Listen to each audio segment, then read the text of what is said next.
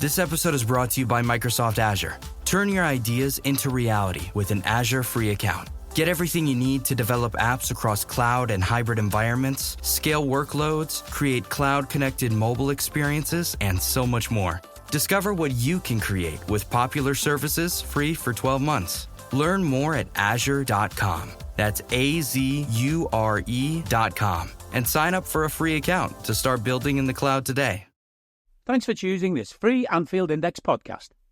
If you'd prefer to listen to this or any of our other shows without adverts, then now's the time to check out Anfield Index Pro. With AI Pro, you can supercharge your entire listening experience.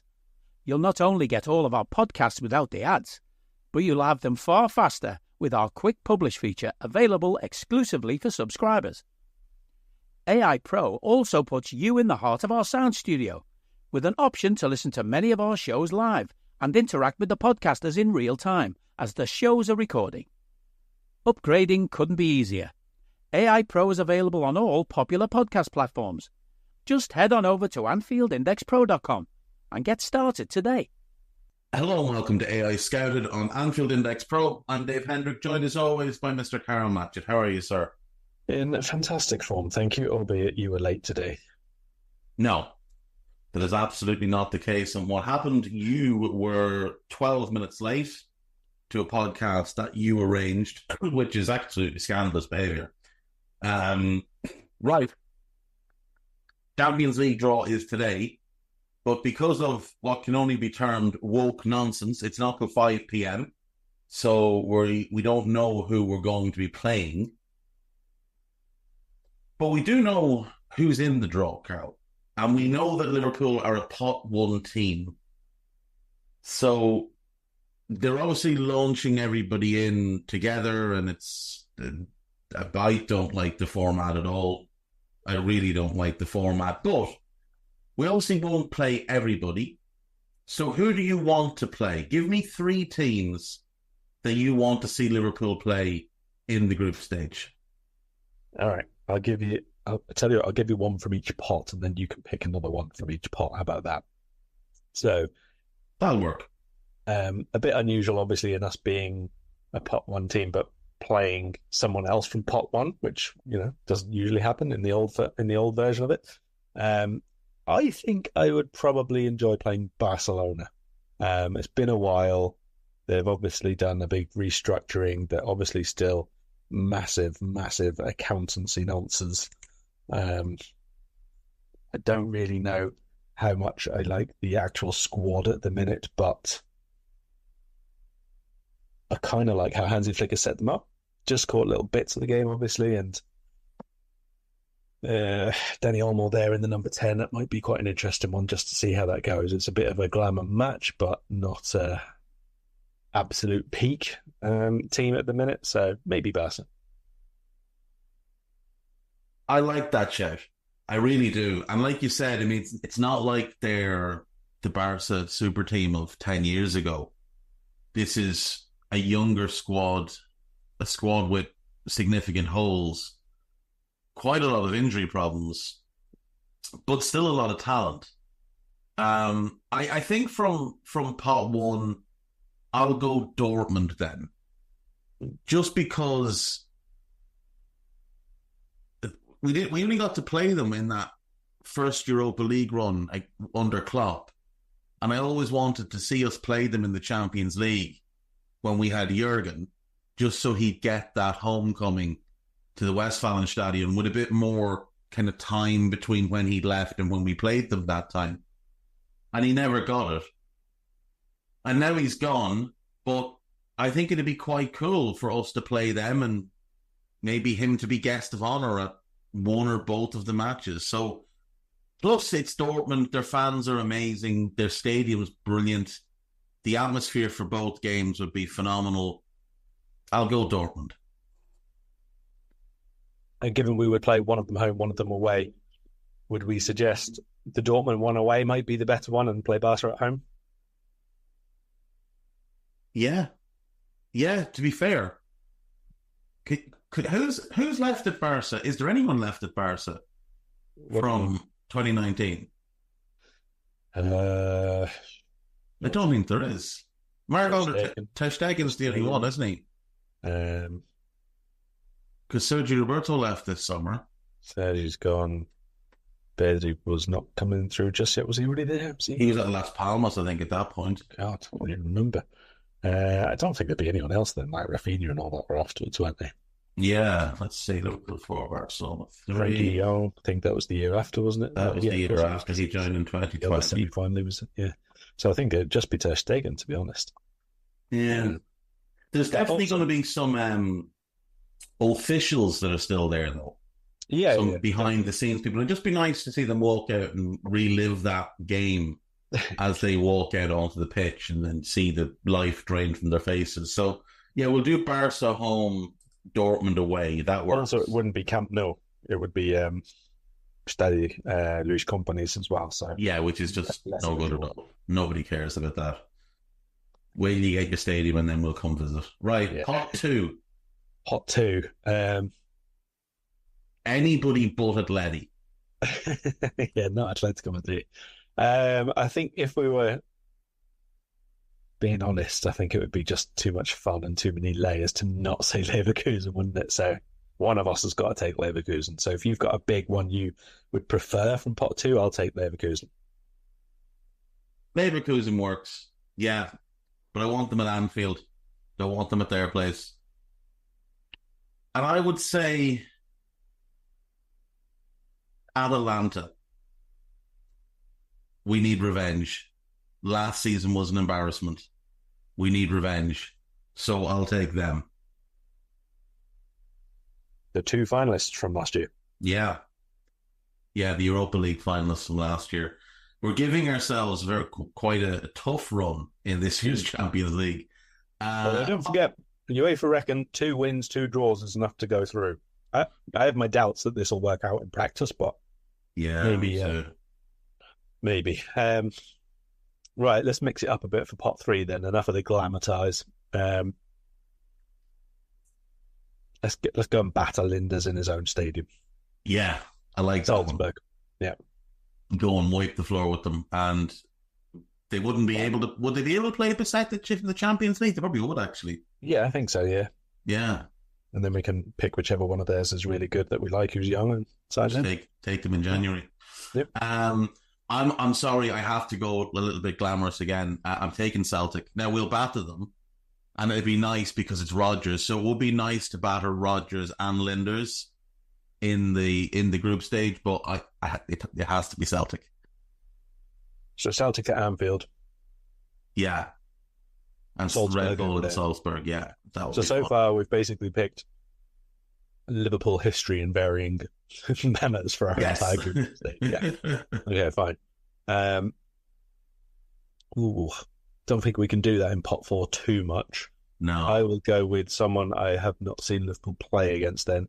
Let's go for a nice close one. Let's go for Brest. I'll fly over for that one and practice my terrible French. Yeah, that's a good one. So that's the away then. Yeah. So at home, Sparta Prague, just to batter them. Seems like it's the best way to get a win.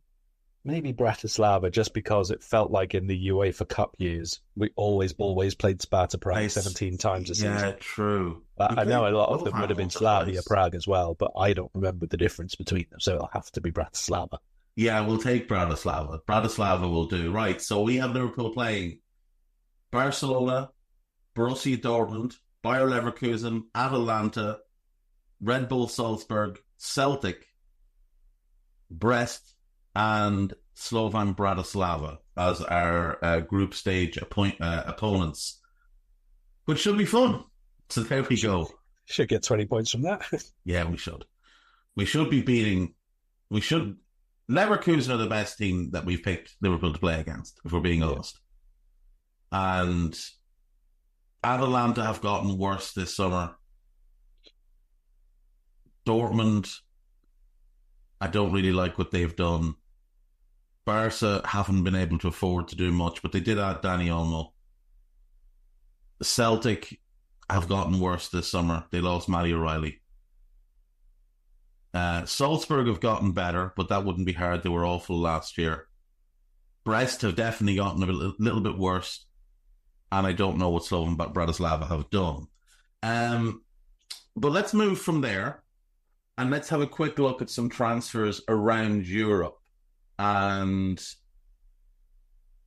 we'll just look at, say, the big clubs in the major leagues, rather than getting too into the weeds on it. So let's start in Spain with Atletico Madrid, Karl. Julian Alvarez, Conor Gallagher, Robin Lenormand, Alex Sorloth, and Juan Musso all coming in on loans or permanents. Loans that will become permanents or permanents. And then Clement Lenglet, who neither of us like, in on a straight loan.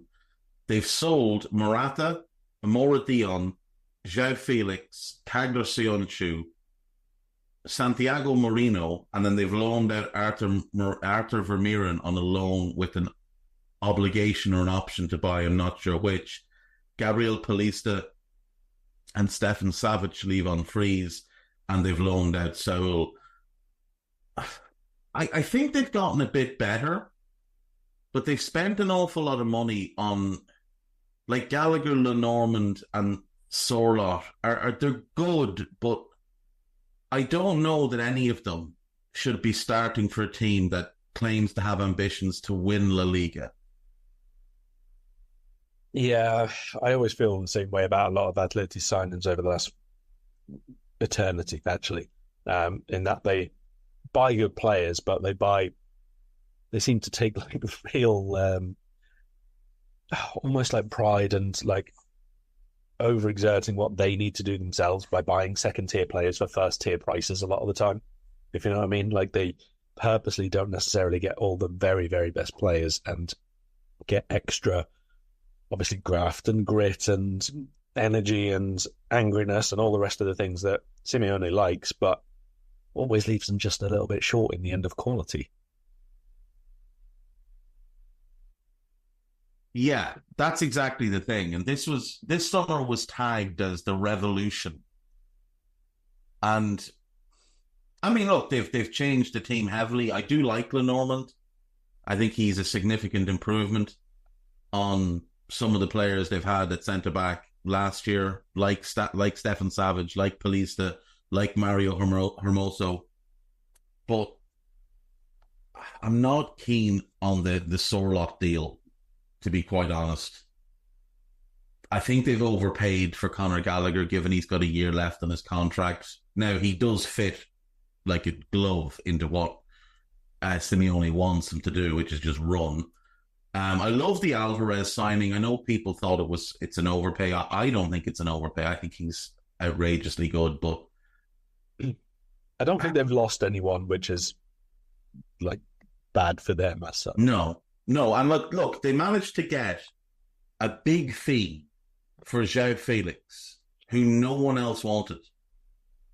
So, and even the club that bought him didn't want him. So they basically swapped João Felix for Conor Gallagher at a bit of cash, which is actually, to be fair, a pretty good deal for them because Felix had been a disaster.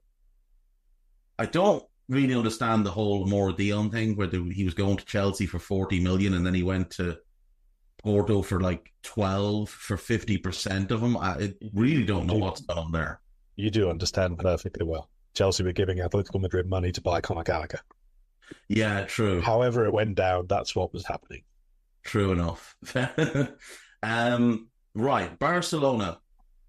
Dani Olmo in, Pau Victor in, going out the door, Mikel Fay, Julian Araujo, Chadi Riyad, Marc Gui, and Stanis Pedrola. So selling off young players, 4 of whom came through their academy.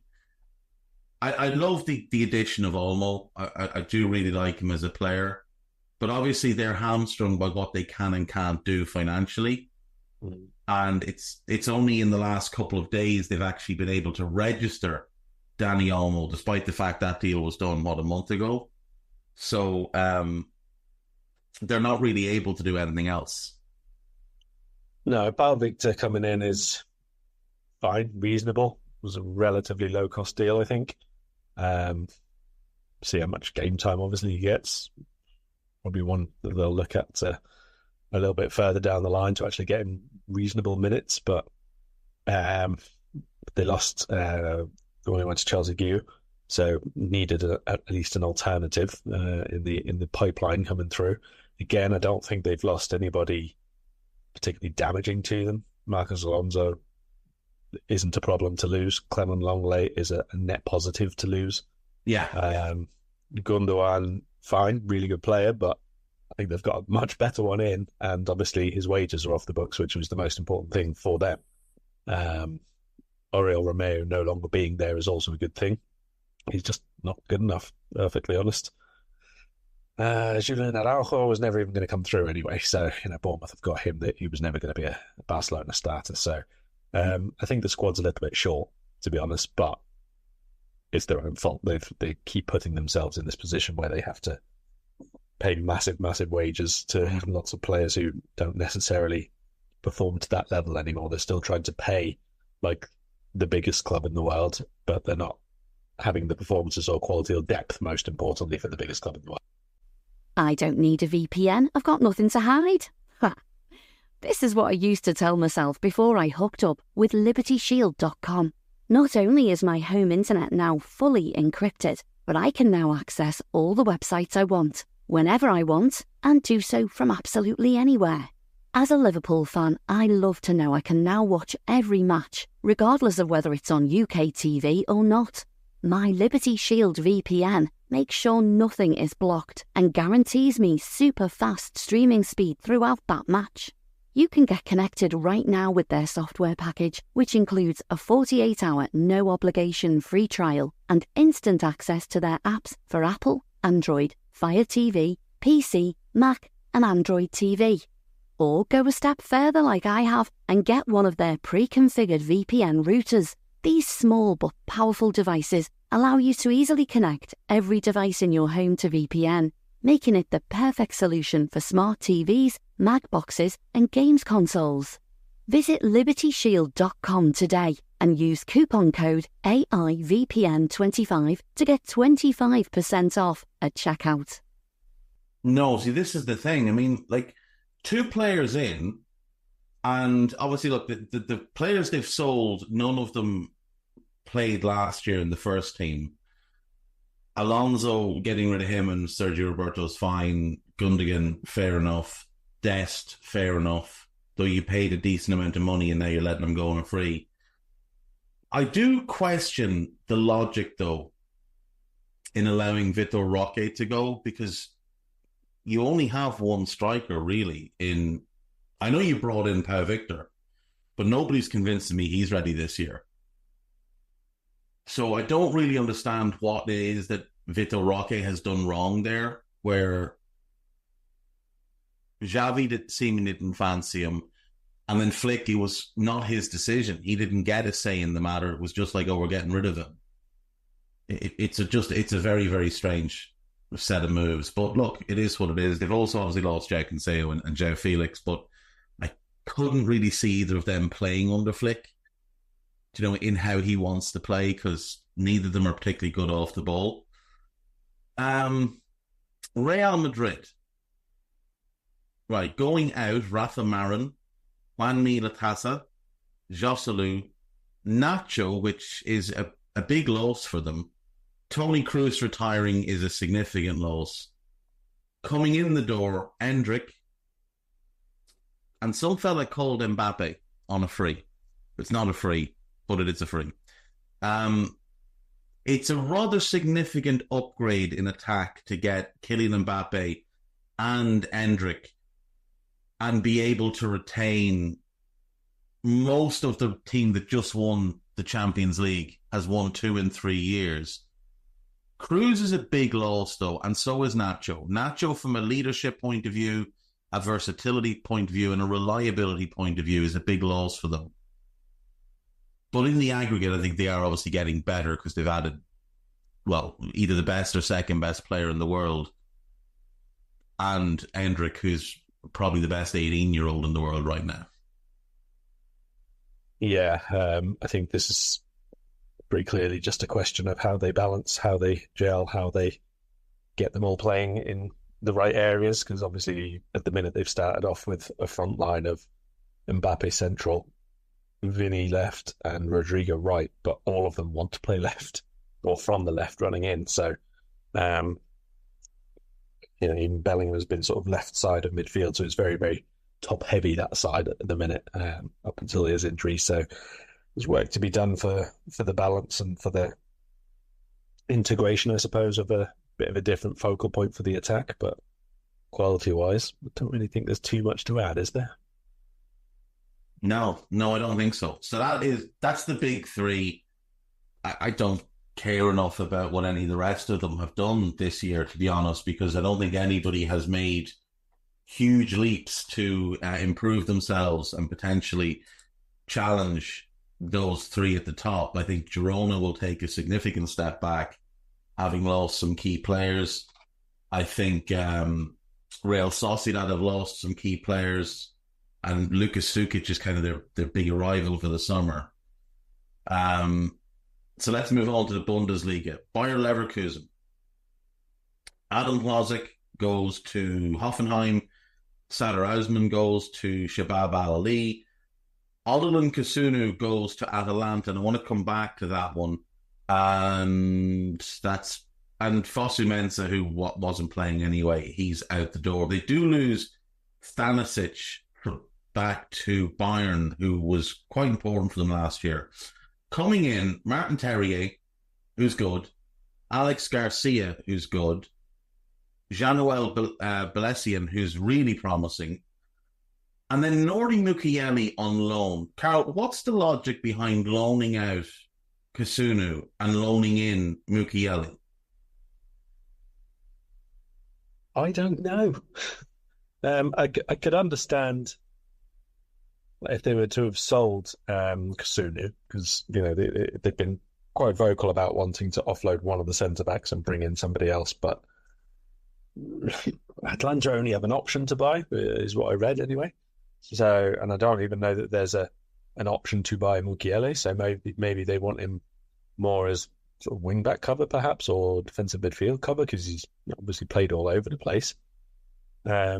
Maybe they're not a direct replacement for each other, is the only thing I could say, because otherwise Kasunu as a defensive option, I would say, is the better player. But maybe just wanted to change. Maybe he particularly wanted out. Yeah, I mean, that might just be it. Right. Stuttgart. So Dennis Undav, they sign him permanently. They bring in Emiruddin Demirovic from Augsburg. Amin Al-Dakil arrives from Burnley. That's a good signing. I like him. Jamie Llewellyn comes in from Union Berlin. Jeff Chabot comes in from Cologne. El Bilal Toure comes in on a loan with an option to buy. I like that one. Leonidas Sturgeon comes in from St. Gallen. I really like him. I think he's a good player. But they lose some really important players here. So going out the door for them, Hiroki Ito went to Bayern Munich, and Dortmund took Waldemir Anton and Serhu Guirassy from them. Now, I'm not a massive fan of either the two that Dortmund got. Guirassy's a good striker, but he's 28 and he's been a late bloomer, and I'm not sure I trust it. But for Stuttgart, after the season they had last year, where I nearly argue that them getting third was a bigger surprise than Leverkusen winning the league. Now, Leverkusen winning it unbeaten is obviously incredible, but Stuttgart nearly got relegated the year before and turned it around the way they did. And then to lose three very, very important players, I just think is a hammer blow for them, and maybe something that they could have avoided. Maybe. I think a couple of the replacements that they've obviously brought in could well help them stay there. Dennis Undav is really highly rated still by many people, especially in Germany.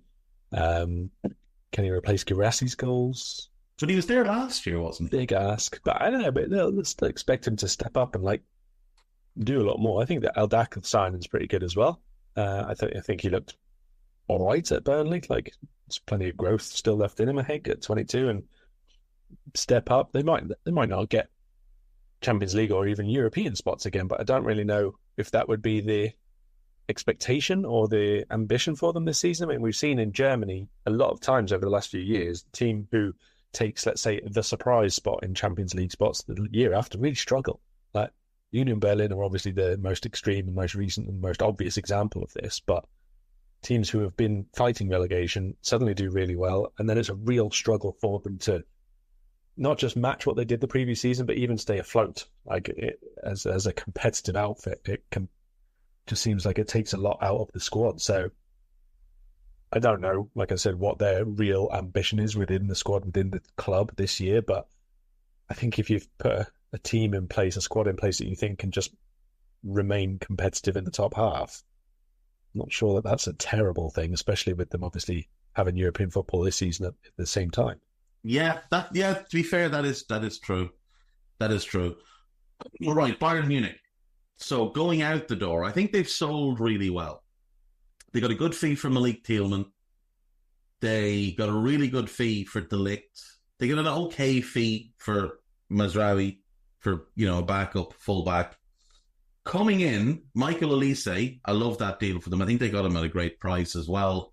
João Palhinha, who obviously they've been trying to get for a year. Ito, Brian Saragossa, that deal became permanent and then they loaned him out straight away. And then Eric Dyer signing on a permanent contract.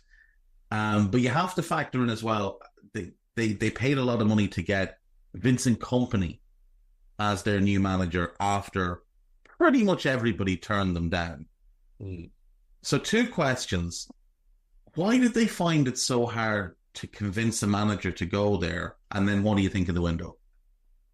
Managerial-wise, all I can imagine is that a lot of them were of the opinion of the rumours, basically, that were going around at the time, that they wanted someone effectively to come in and hold over for a year or whatever, that they still thought they could maybe get Nagelsmann back after a period of time or whatever it was. I think it was pretty badly done. Bayern, I wouldn't say that they're obviously anywhere near as a mess of Barcelona, but it felt like a bit of that kind of approach where they still were acting like a big team and thinking they were a big team, but actually this is a bigger challenge here than you're either willing to accept or willing to talk about. So I would imagine a lot of managers, coaches steered clear because of that. If they weren't given assurances on particular transfers or squad turnover or anything like that, like this is a side that's barely changed, let's be honest, for quite a while. It's not a terrible side, but if the expectation there is to go and challenge for the Champions League, a lot is needed to be done. That's been seen over the last couple of years. So, I mean, personally, I know they've been after him for like 2 years, but I'm not sure João Palhinha would have been top of my billing to go in there and go in straight in at central midfield. The centre-backs that they have individually all really, really highly rated, but they hadn't got anything to work as a unit, really. Last year, that was one of the biggest issues, I think. So with De Ligt going, that's obviously one either potential problem or potential solution, however you see it, is sort of removed from the equation, can simplify matters a bit, and you focus on the ones that you do think are going to be there for the long term. Kompany, I still don't know what to tell you. Like, he's managed in England for 2 years, and I couldn't really tell you a thing about him because it was so extreme in the Championship that their players were better than everybody else, and it was so extreme in the Premier League that the players were worse than everybody else. That's kind of a consequence of being one of those teams who are in between leagues at present. Is team building in the Premier League season was completely at odds with what he'd said about his team building in the Championship. So I really don't know how much to take from that at all. Maybe this time at Bayern we get to see him with better quality players and we'll be able to see the actual impact of his coaching rather than just a lot of money and then can he put a team together. Yeah, I mean, he's going to have to change his approach because some of the things that have come out of Burnley about how he spoke to players and treated them, just not very good, and Bayern players won't stand for it. RB Leipzig, Antonio Nusa in, Azan Drogo in, Martin van de Voort, the young keeper from Genk, coming in, Arthur Vermeeren coming in as well, and the only significant loss is Dani Olmo. I think it's a pretty good window. I think they've improved their depth. They've improved their goalkeeper. And I really like the 2 young midfielders, Drogo and Vermeeren. Now, Nusa replacing Olmo is a downgrade, but he is a very, very talented young player. Yeah, I mean, Danny Olmo's a big loss. Like, he might be the only loss, but it is an enormous one stylistically, but also quality level as well. There's not too many that they can point at and say, or we'll get to that level, to be perfectly honest. So,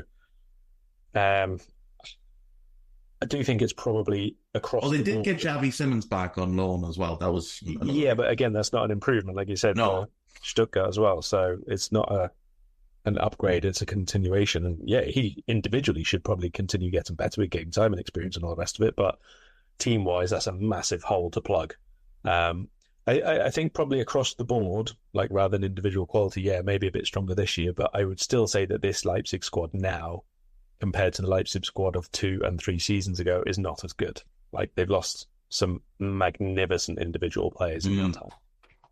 Yeah, 100%. I mean, you go through the list of Guardiola, Szoboszlai, Nkunku, Olmo. Like, there's just no real way to replace those players immediately. They've gone and gotten younger players like Lukeba as the Guardiola replacement. Made sense in every single way, but couple of years younger, so a couple of years behind in development. Same thing with Nusa replacing Olmo. The same thing with Xavi Simons replacing Nkunku. They're really good young players, but they're not the players that are going out the door at that point in time. Dortmund then, Max Bayer in, Waldemir Anton in, Guirassy in, Pascal Gross in, and Jan Kutu in. Now, I really like Max Bayer. I think he's a really good get for them. I'm not massively keen on the rest. Now, Kutu is a good young right back. Like, Pascal Gross is 33. You've got him at a good price, but he is 33. Guirassy, who knows? Like, we've seen strikers have really outruns of form for a year or two and then move for big money and it just doesn't translate. And Waldemir Anton is decent, but I would stop at decent. I don't think he's better than that. They've lost Nicholas Füllkrug as the only and Marco Reus obviously is gone as well, but of the players that were going to play, Füllkrug is the only one going out the door. Oh, and Mats Hummels as well. Excuse me, Mats Hummels is gone. Yeah, I think it's an interesting development of the squad here, because I don't think that they've lost anybody irreplaceable or who was that much of a pivotal part of them. Like, even Füllkrug, I know he's obviously had a magnificent last few months, but he wasn't like a guaranteed starter for them or anything like that for quite a large chunk of the season. Guirassy, I'm with you. I don't really know what to expect, because I didn't expect him to be as good as he was, obviously, anyway, at Stuttgart, and he had an incredible start to last season. Did fairly well to maintain it. It wasn't obviously quite as hot across the entire year, but you'd expect that. But I do think the rest of them are smart buys. I just don't know whether they're title-winning buys. Like Anton, I'm not personally massive high on him. I see the value in him, let's say, but I just don't think he's like anywhere near an elite kind of player. The rest is probably like decent building, but not title-winning difference-making, I think. I did also get very, very confused when I saw that they'd signed Justin Lerma, and I was thinking, I've never heard of this guy, and I've just seen that that's because he's 16 and isn't joining them for another 2 years yet, that's why. So we can ignore that one for now. You're probably not making an impact for a while. I suppose the knock on what's happened there is that in their run to the Champions League final, Ian Maatsen and Jadon Sancho were very important, and they're both gone as well. Because their loans came up and Dortmund couldn't afford to buy them. Yeah, Madsen's a big one. Yeah. Hey guys, it's Eddie Gibbs from Anfield Index here. I hope you're enjoying this podcast, and I'm sorry to call time on the show before it ends. In the current climate, it's tougher than ever before to offer podcasts for free. At Anfield Index, we produce over 75 free shows every month, which I'm confident is unparalleled in the LFC sphere. Whilst we'd love to offer everything for free, the production costs now make this impossible. That said, we don't want to follow the model of other channels and lock all of our content behind a paywall. So what we've decided to do is to continue offering every show for free, but cut that offering to 30 minutes on our longer shows. So to get all of our shows in full and enjoy the best of everything we have to offer, we really hope you'll consider supporting the channel and signing up at AnfieldIndexPro.com. For about the price of 1 cup of coffee, you'll get every podcast in full with 0 ads. You'll also get access to our LFC VIP community, where you can enjoy live podcasts, engage with our podcasters, and chat with other Reds in real time. So that website again, AnfieldIndexPro.com. Join today. This podcast is part of the Sports Social Podcast Network.